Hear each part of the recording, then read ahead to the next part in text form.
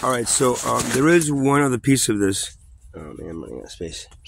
There is one other piece of this that I didn't say in my last one, and I meant to say it, but I guess I forgot, or maybe there's a mental block that maybe I shouldn't say it. The one caveat to all this is like, where does my sister Carmela, if my mother didn't have her, who is the true mother of my sister Carmela, and why my mother raised her instead of the mother? It could be another one of those 12-year-olds, getting having sex with somebody they shouldn't have. All of a sudden, they're pregnant, and all of a sudden, they got a child,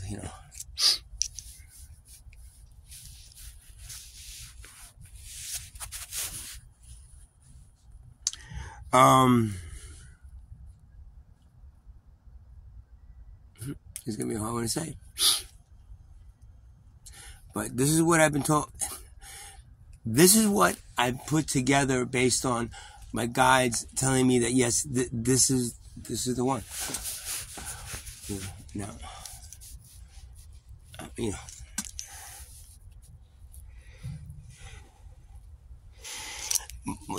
We have a cousin. Her name is Fiorinella, and she doesn't look as much as like the rest of them, whatever. She has more of one of the traditional gypsy kind of looks to her as well. And I believe she was raised in Naples. Or at least her sister lives in Naples now. And her sister looks a lot like her, but just a little bit shorter and wider, but still that pure. You look at them and they'll put they'll put the things on their head and dance around, and then stomp the grapes as they're casting spells, that kind of like Italian gypsy kind of look. And I always had a feeling that woman, I know her, it's like she sounded very familiar, and whenever she came around, that I saw her, because she lived in Naples, so she was there sometimes in the summertime, and she was very, she had a husband and a kid or two, I think, but she was very free spirited. That true, the Italians. There's the very Italians, and then women, and then there's the very loose women, you could call them, but very free. And that's what Carmela was kind of reminding me of, and so did this woman. So now, why would they take the baby away? There's these things called Mariki, I think they're called, right? Mariki. They're like North African. The guys you see in Manhattan selling like the pocketbooks and shit on the floor, right by Times Square and stuff. And not Times Square, by Macy's and they sell pocketbooks and the sunglasses, all that stuff they have there. Well, they got them all through Southern Italy as well, called Marocchini, and they're Moroccan. It's a kind of but it's basically Northern African. That migrated up to Italy, that part of Italy, and just working their way up to Germany and stuff, and going through Italy, doing this stuff. I was told that my sister Carmela was conceived from that woman and Marocchini having intercourse and having a baby, and my God, the baby's father's black in Southern Italy? Are you fucking kidding me? So hopefully they had a rush to take the baby away from that woman, and then, so the father would never know where it is, and then give it to another family. Let's see, Naples, Calabria, right? It's about the distance between Naples and Calabria. My town is probably the distance between here and Washington, D.C. A little further, maybe.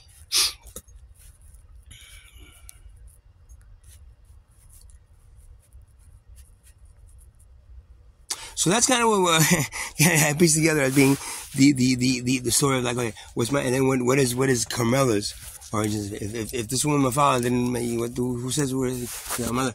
If that woman didn't really conceive her firstborn, Carmela, where did she come from? She looks very, all of it, she looks very gypsiest.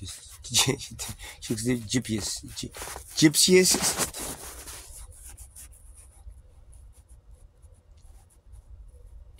And she has absolutely nothing in common. Other than the Italian bullshit stuff they do, you know. But overall, disposition and pure, you know, much different than my brother, much different than my sister Rose. And kind of, if you think about it, you know, maybe she's a little more naive, but still a powerful woman. Kind of like mine.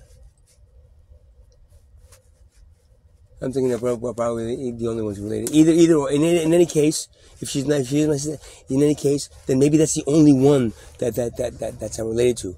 Could be that the only person one, and the other ones I don't know. So what happened? What's the story? Why am I confused about a childhood that was basically just kind of like dictated to me, and with no proof of it except from pictures here, a few pictures here and there, you know? And each one I kind of look different, man. I don't know.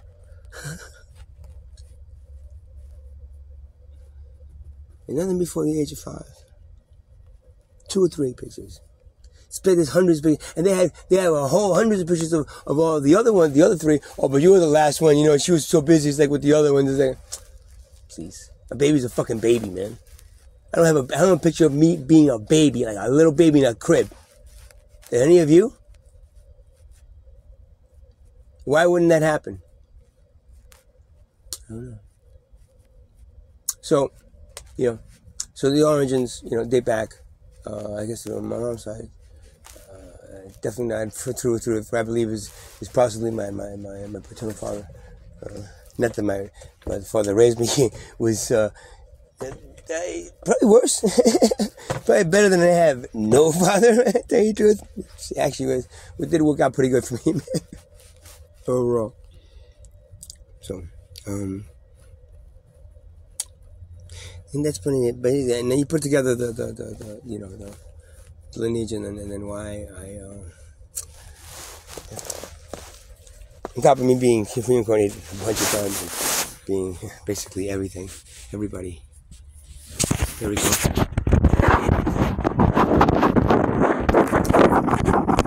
To understand the big picture of everything.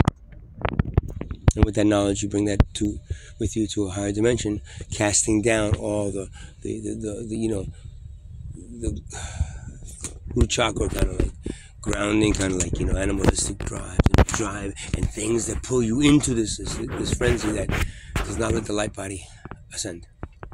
And that's the purpose of your being here. We all, I mean, a cell of a body, right, knows its purpose.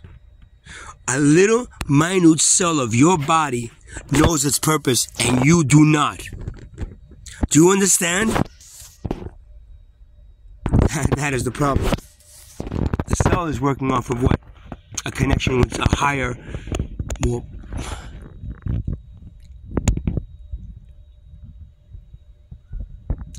connection to a thing that is greater than you and what you can conceive of right now.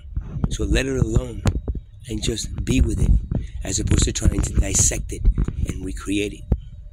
Please. Have a good one.